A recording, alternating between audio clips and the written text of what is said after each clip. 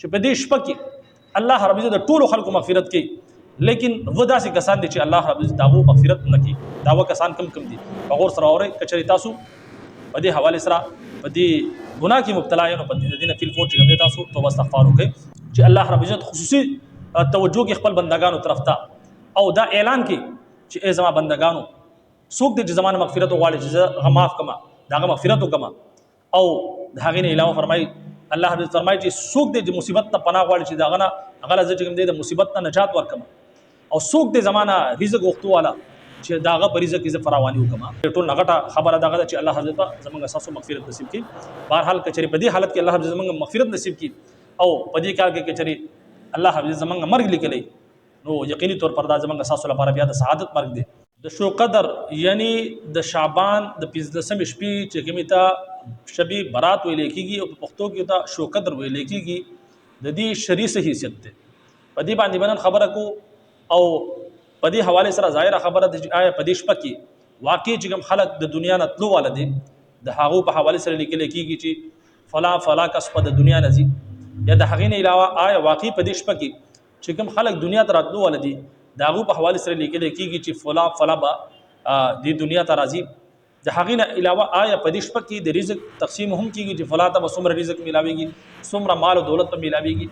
د هغې نه علاوه په دې شپه کې الله رب عزت د کوم خلکو مغفرت کوي او د کوم خلکو نه کوي په دې باندې ان شاء الله تعالی خبره کو. ځکه چې زمونږ په معاشره کې ډېر شي خبرې داسې مشهورې دي لیکن موږ تاسو چونکې مسلمانان یو او اسلام د رسول الله صلی الله علیه وسلم تعلیمات ته وګورو چې کومه خبره د نبی علیه الصلاه والسلام د تعلیماتو نه ثابت وي او پاغه باندې باندې صرف عمل کو هغه مخکې خورو او چې کومه خبره د رسول الله صلی الله علیه وسلم تعلیماتو نه ثابت نه وي خلکو خپل تر مشهور کړي وي نو دا شانتي خبره چې کوم دي داغي نه صرف دا چې پاغه باندې بمنګه داغي پکړ کو د هغې نه علاوه چې کوم خلک خوري نو د هغې روکتام بم کو. بهرحال شبي براءت چې پښتو کې وتا شبي په پښتو کې وتا شو قدر ویل کېږي په دې شپې په حواله سره چې کوم فضایل دي موجود دي. حضرت عائشہ صدیقہ رضی الله تعالی عنها فرمایي چې یو شپه زه لاسو د شپې او چې را پاسې د مسترګې می کولاو شي نو نبی علیه الصلاۃ والسلام په خپل بستر باندې موجود نه. زه پریشان شم چې نبی علیه الصلاۃ والسلام څه شو زبارته وته نو چلاړه ما حضرت جناب نبی کریم صلی الله علیه وسلم جنت البقیع قبرستان کې موجود چې زلاړه ما نبی علیه الصلاۃ والسلام ماته وی چې اے عائشہ نن د شعبان 15 شپه ده یعنی د شو قدر شپه ده او په دې شپه باندې الله رب خپل بندگانو طرف ته متوجه کیږي او په دې شپه کې الله رب د ډیرو خلکو مغفرت د دې حدا پورې څنګه چې د بنو کلب بيزيدي د هغه د وختونه هم د زیاتو خلکو مغفرت الله رب په دې شپه کې کوي. یعنی قبيله بنو کلب دا یو قبيله و داغه ډیر زیات بيزي وي یعنی د شمار نه زیات وي نو په دې کې کثرت مطلوب دی. یعنی جناب نبی کریم صلی الله علیه وسلم فرمایي چې ډیر په کثرت سره الله رب عزت چې خپل بندگان د هغه مغفرت کی د ليله القدر په شپه باندې. دغه شانتي په یو حدیث شریف کې راځي جناب نبی کریم صلی الله علیه وسلم فرمایي چې په دې شپه کې الله رب عزت د ټولو خلکو مغفرت کوي لیکن و داسې کسان دي چې الله رب عزت داغو مغفرت نه کوي. دا کسان کم دي په غور سره اورئ. کچري تاسو په دې حواله سره په دې ګناه کې مبتلا یې نو په دې دینه فیل فور چې تاسو توبه استغفار وکړئ. اول مشرک چې کوم کس د الله رب العزت سره شریک ډیراوي شریک کوي نو الله رب عزت په دې شپه کې داغه مغفرت نه کوي. دویم هغه کس چې د مور خپل نافرمان وي چې کوم کس د مور خپل نافرمان وي نبی علیہ الصلوۃ والسلام فرمایي چې په دې شپه کې په دې کې الله رب عزت د ډیرو خلکو مغفرت نصیب کوي لیکن کچري د مور خپل نافرمان وي الله رب عزت داسې انسان مغفرت نه کوي. کچري تاسو کې سو کوم اوري تاسو او مور خپل چې کوم دي تاسو ناراض وي خفوي نو تاسو خپل مور خپل راضي کې کني په دې شپه کې په دې مبارک شپه کې ګوره مغفرت نه نصیب کیږي. د هغې نه علاوه دریم هغه کس چې کوم کس په زړه کې کینه ساتي د حسد او د کینه چې کوم دا یو ډیر غټ روحاني مرض دی. زمونږ خاص کر کې په پښتنو په دې ژوند کې دا کینه کوټ کر کې چې کوم دی دا موجود وي نو د کوم انسان په زړه کې کینه موجود وي د بل مسلمان لپاره نو الله رب العزت د ليله د شب برات په شپه باندې داغه مغفرت نه کوي. که چېرې تاسو په زړه کې چاته کوټ یا کینه موجود وي نو دا زړونه صفا کوي کنه الله رب عزت ګوره مغفرت نه نصیب کړي داسې انسان. دغه شانتي څلورم نمبر شرابي، چې کوم کس د شراب عادي وي، شراب څکي،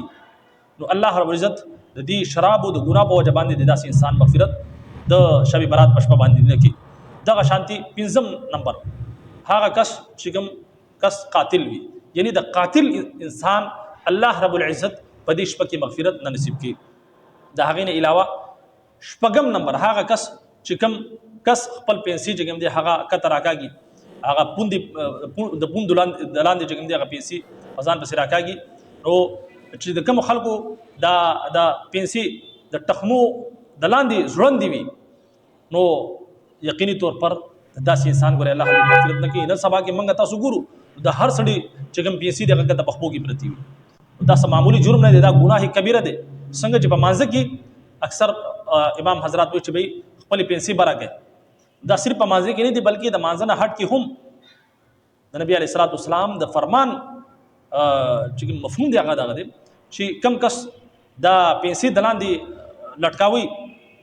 نو داسې انسان الله مغفرت نه کوي بلکې داسې انسان به جهنم ته ځي، دی به جهنم ته ځي. دا د جهنمي نشانې ده. نو که چېرې تاسو پیسې د پوندو د لاندې راکاږئ په ځان پسې، پیسې چې کوم دی کته کړي تاسو او دا ډوکې چې کوم دی د دې د لاندې، نو یقیني طور پر ګورې د داسې انسان الله مغفرت نه کوي. دا که چېرې ستاسو عادت وي دا عادت ختم کړئ او په دین او په اسلام باندې چې کوم دی عمل شروع کړئ. او دغه شانتي وم نمبر هغه کس چې کوم کس چغلخوري کوي، چې کوم کس د یو نه خبر علي بل ته رسي، د بل نه بل ته رسي، یعنی فسادات جوړي، چغلخوري کوي. نو نبی علیه الصلاۃ والسلام فرمایي چې د شب برات په شپه باندې دې کس هم الله حضرت مغفرت نه نصیب کوي. بهرحال که چېرې دا خامیانې په تاسو کې موجود وي، د دې نه توبه استغفار وکړئ او آینده لپاره د دې ګناهونو ځان وساتئ. او بالخصوص دغه شپې نه مخکې ځکه چې اوس راتلو والا د 2-3 ورځې ته پاتې دي د شب برات شپې ته، د هغې نه مخکې د دې ګناهونو نه هر قسم له ګناهونو چې کوم دي تاسو توبه استغفار وکړئ که چېرې تاسو په دې کې مبتلا یې. د هغې نه علاوه یقیني طور پر په دې شپه کې د احادیثو نه دا ثابت دی جناب نبی کریم صلی الله علیه وسلم د احادیثو نه چې کوم کس دنیا نه تلو والا وي، نو په دې شپه کې د هغو ولیکلی شي چې بھائی فلا فلا فلا دا خلک چې کوم دي دا کسان به په دې کال کې د دې دنیا نه ځي، یعنی د پوره کال چې کوم لیست دی هغه فرشتو ته په دې شپه کې حواله کېږي، یعنی چې دا کسان دیو چې کوم دی په دې کال کې دننه د دو خاتمه کېږي، دو به د دنیا رخصت کېږي. د هغې نه علاوه چې کوم کسان دنیا ته راتلو والا وي د هغې په حوالې سره هم کاته د فرشتو ته میلاو شي چې بھائی فلا فلا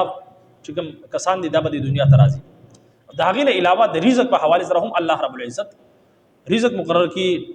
مال او دولت چې چاته به څومره مال چاته به څومره رزق میلاویږي، د هغې تعین هم په دې شپه کې وشي. په دې کال کې به فلا ته څومره رزق میلاویږي. نو سبا کې موږ اکثر چې کوم دی منډې تړلي پریشانه شو چې یار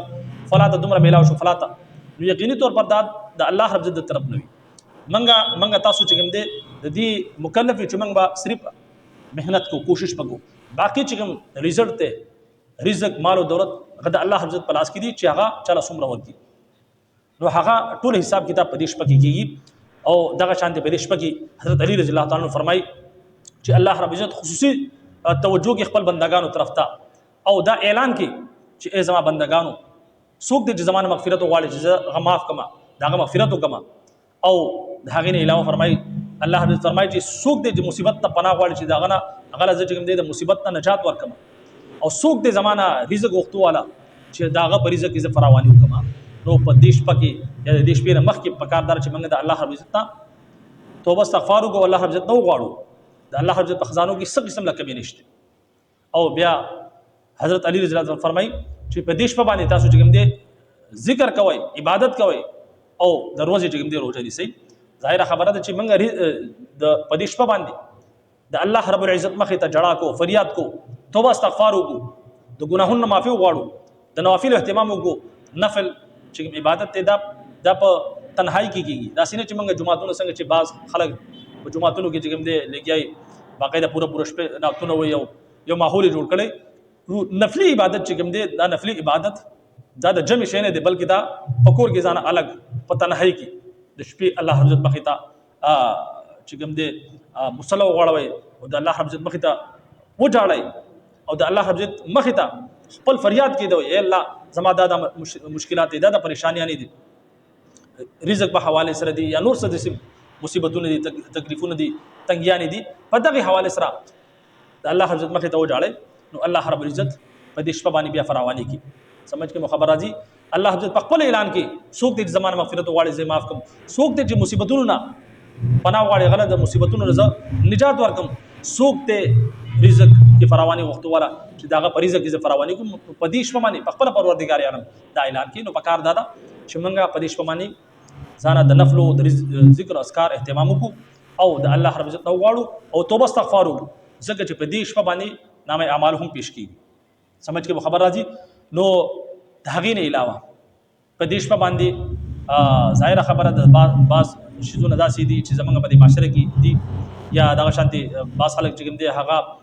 آتش بازی وغیرہ کې د هغې نه علاوه موږ چې واړو پای وخت به د اور چې کوم لمبو والا ګینونه دي هغه به چې کوم دي اسمان ته ورځولو دا به یو رسم نو د دې څه حقیقت نشته بلکې موږ له پکاردار چې د دې رسولو د دې رواجونو نه ځان وساتو بلکې د رسول الله صلی الله علیه وسلم چې څومره تعلیمات دي په هغې باندې عمل وکړو او ډېر شي خلک داسې چې په دې شپه باندې باقاعده په جماعتونو کې اجتماعي طور پر نفلونه کې جماعت کې نو د دې سم حیثیت نشي دا ټول بدعات دي د هغې نه علاوه په دې شپه باندې بعض خلک